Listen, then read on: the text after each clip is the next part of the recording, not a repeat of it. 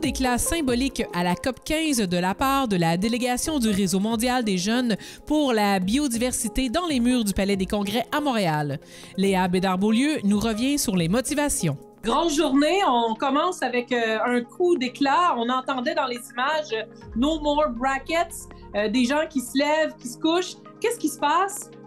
En fait, c'est le Global Biodiversity Network, Youth Network, donc la délégation dont je fais partie, qui a fait un coup d'éclat plus tôt aujourd'hui pour inviter les parties à accélérer les négociations. Sans de l'impatience, on veut arriver à un consensus.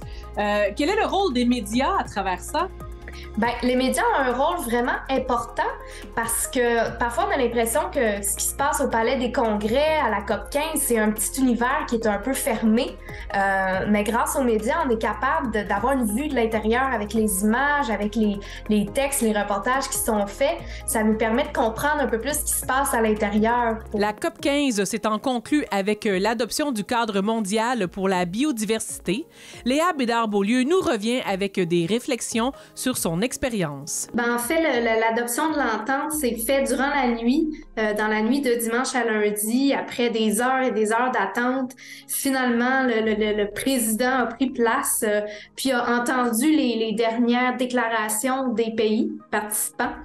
Entre autres, vous en avez peut-être entendu parler, il y a la République démocratique du Congo qui a pris la parole et qui a clairement dit que le texte qui était proposé, qu'ils étaient dans l'incapacité de l'appuyer. Et malgré tout, pour une raison de procédure, comme il n'y a pas émis objectivement comme il n'y a pas émis une opposition objective, le président de la COP a quand même décidé de faire fi un peu de son message et d'adopter, dans ses mots, à l'unanimité, l'adoption, le cadre mondial pour la biodiversité. Je vous propose d'adopter l'ensemble des documents L25 à L30. Pas d'objection, adopté.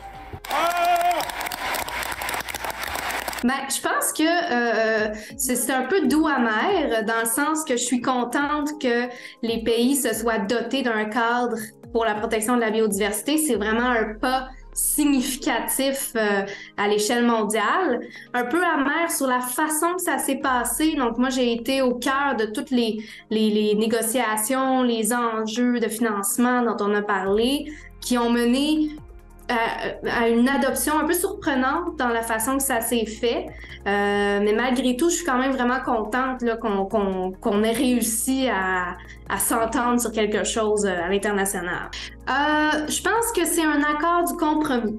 On va dire ça comme ça. Donc oui, il y a certaines notions qui sont ambitieuses. Il y en a d'autres qu'on a ramenées un peu à la baisse pour plaire à tout le monde. Donc, je pense que c'est un accord compromis, appelons-le comme ça. Je crois sincèrement que c'est pas à l'échelle mondiale, à l'échelle la plus haute qu'on va régler le problème, mais plutôt à l'échelle locale. Je crois que c'est nous, les citoyens, les jeunes, les femmes, les communautés, qui allons porter cette transformation, qui allons mettre la pression aussi sur les gouvernements pour qu'ils fassent toujours plus, toujours mieux, qui allons mettre en place des initiatives pour protéger la biodiversité. Donc, un cadre mondial, mais des solutions plus locales, selon moi.